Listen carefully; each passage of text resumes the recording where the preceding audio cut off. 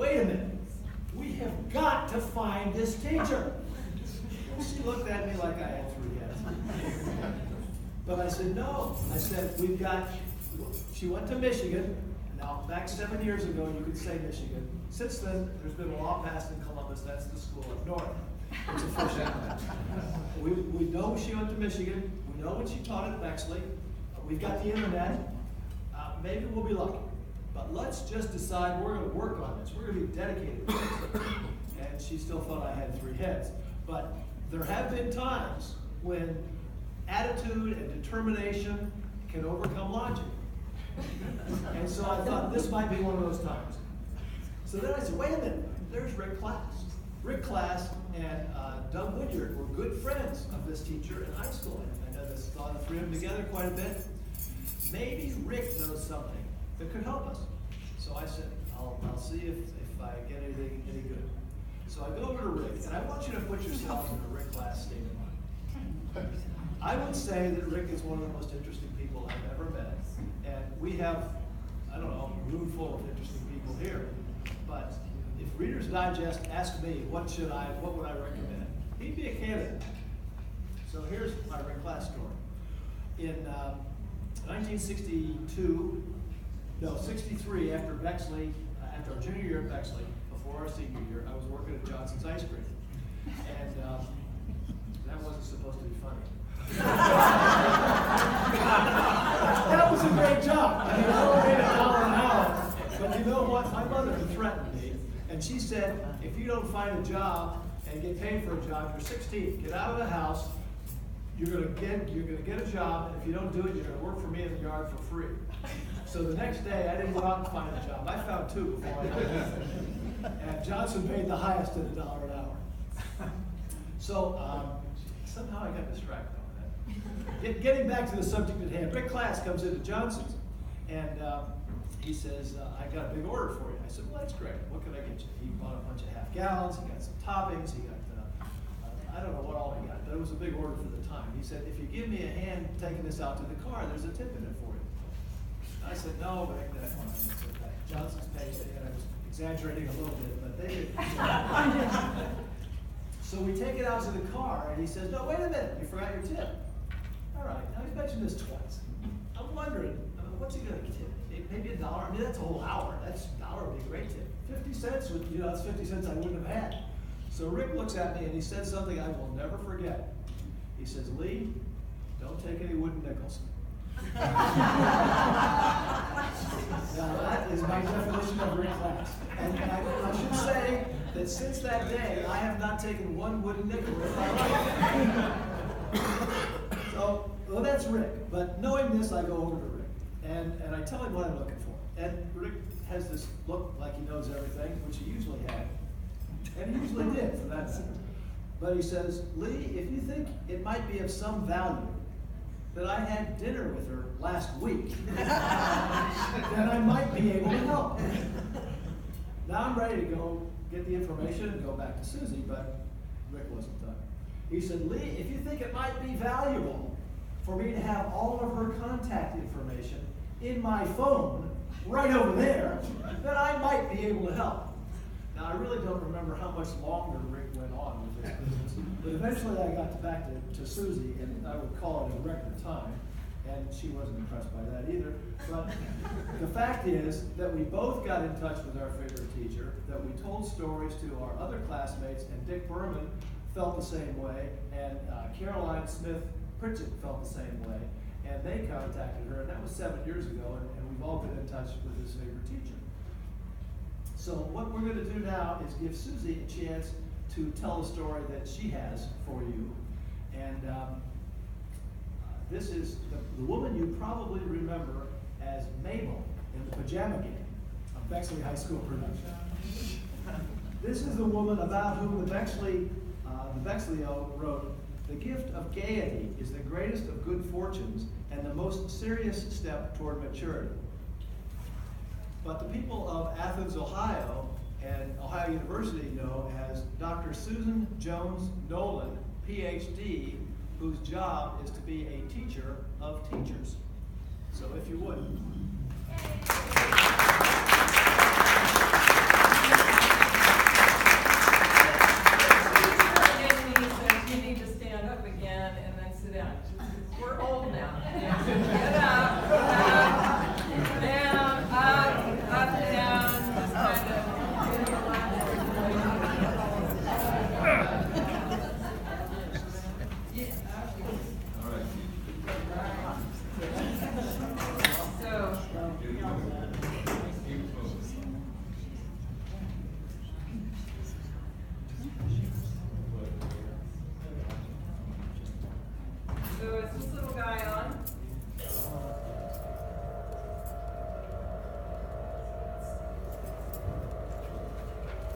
gotta keep in mind, I hate PowerPoints. There's nothing worse than sitting in a PowerPoint and having somebody go through slide after slide after slide. So these are just basically pictures. Is that me? Is that? I'm not by the microphone. Why is this happening? So going back. There's a system back here. You're okay. I'm okay? There's the system. Okay, so but the name of my presentation is Against All Odds. And it really is against all odds. If anybody had told me years ago that I would be doing what I'm doing today, I would have said, nah, you got the wrong one. Not going to happen here. And but I really do want to dedicate this whole presentation to you, Russ, because it never would have happened.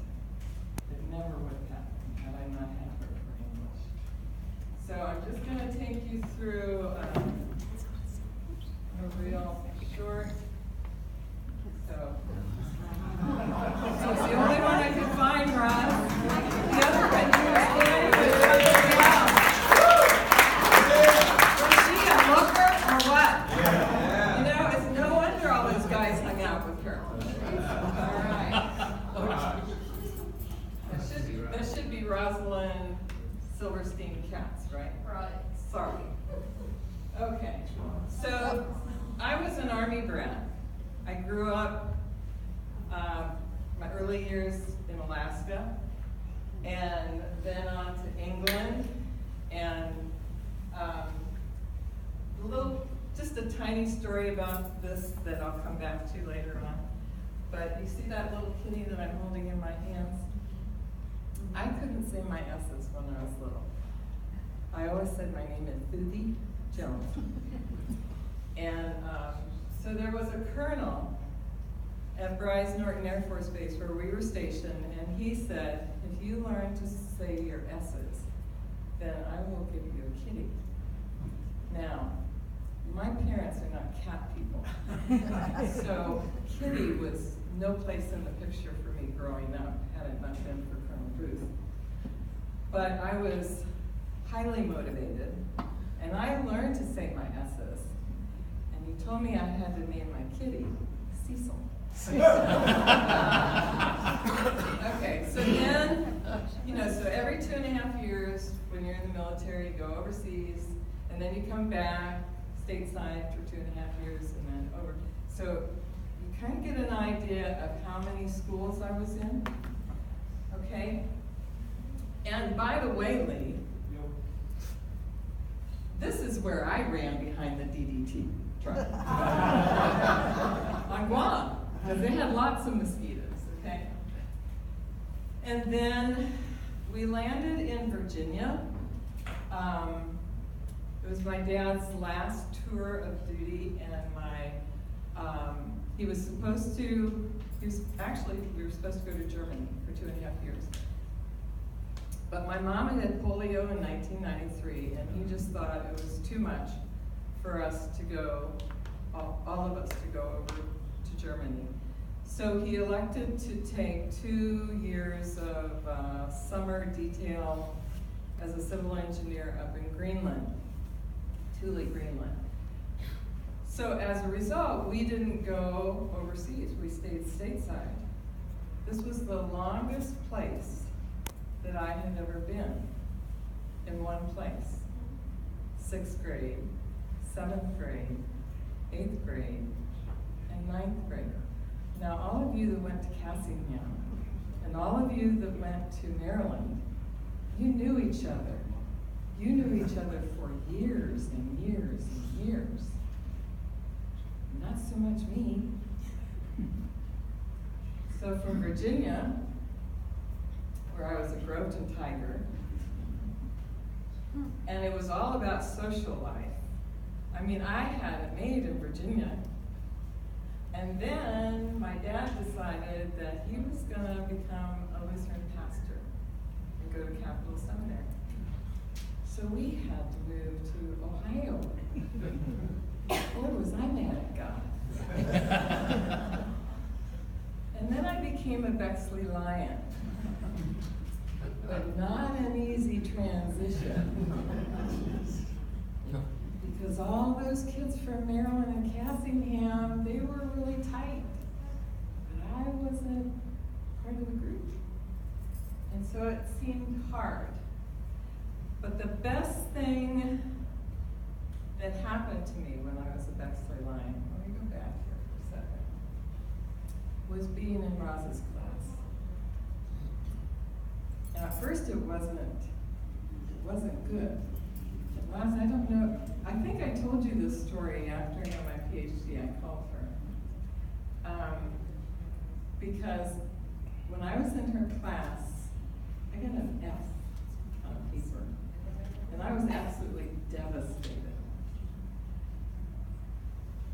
And the other thing that was really critical about going to Bexley is when I arrived on the scene, I had so many people saying, "Where are you going to go to college? Where are you going to go to college?" I went, "College? I just want to get out of high school." And so when I got an F on her paper, I thought, I'm not going to get to that college if I flunk English. And so I went to Roz and I said, why did I get an F? And she said, "Well, Susie, you had lots of good ideas, but it's not organized." And she said, "I want an introduction, 3 main points, and a conclusion. I just needed somebody to be explicit with me." I thought, I can do that. An introduction, 3 main points, and a conclusion. That carried me all the way through my bachelor's, all the way through my master's, and I never, ever, ever could have written a dissertation without that organization. So thank you, thank you, thank you, Roz.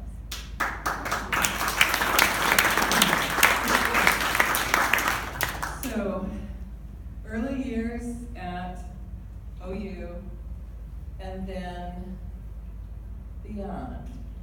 So, 4 years of teaching elementary school, 2 years in Lima, 1 year in inner city Columbus, and then Nelsonville. And I became very disenchanted with education. I just felt like, I'm not helping the kids that I really wanted to help, because when I grew up, not only was I being pulled up out of schools every 2.5 years, but I was having a really hard time with reading. And I don't know where along the line this happened. I thought it was at Bexley, so some of you straighten me out if I'm wrong. But I remember somebody putting me in a reading class that had some sort of a triangular prism in the front of the class, and there was text that ran across the bottom of this triangular prism, and then they'd flip the prism, and then more text would run across, so they'd speed up the flip of the, was it? Speed reading. Yeah, speed reading. Yeah. Is that at Bexley? Because I thought it was at Bexley. Yeah, one summer they offered, would you call it one summer they did it? Yeah, I took that. Okay. I think it was speed reading. Okay. Well, I will always be a slow reader. I'm a hard worker, but I will always be a slow reader. I was never good at reading because, and many of you, now my college students don't remember Sally, Dick, and Jane. But I'll bet a lot of you remember Sally, Dick, and Jane. You know, oh, don't forget Spot. Run.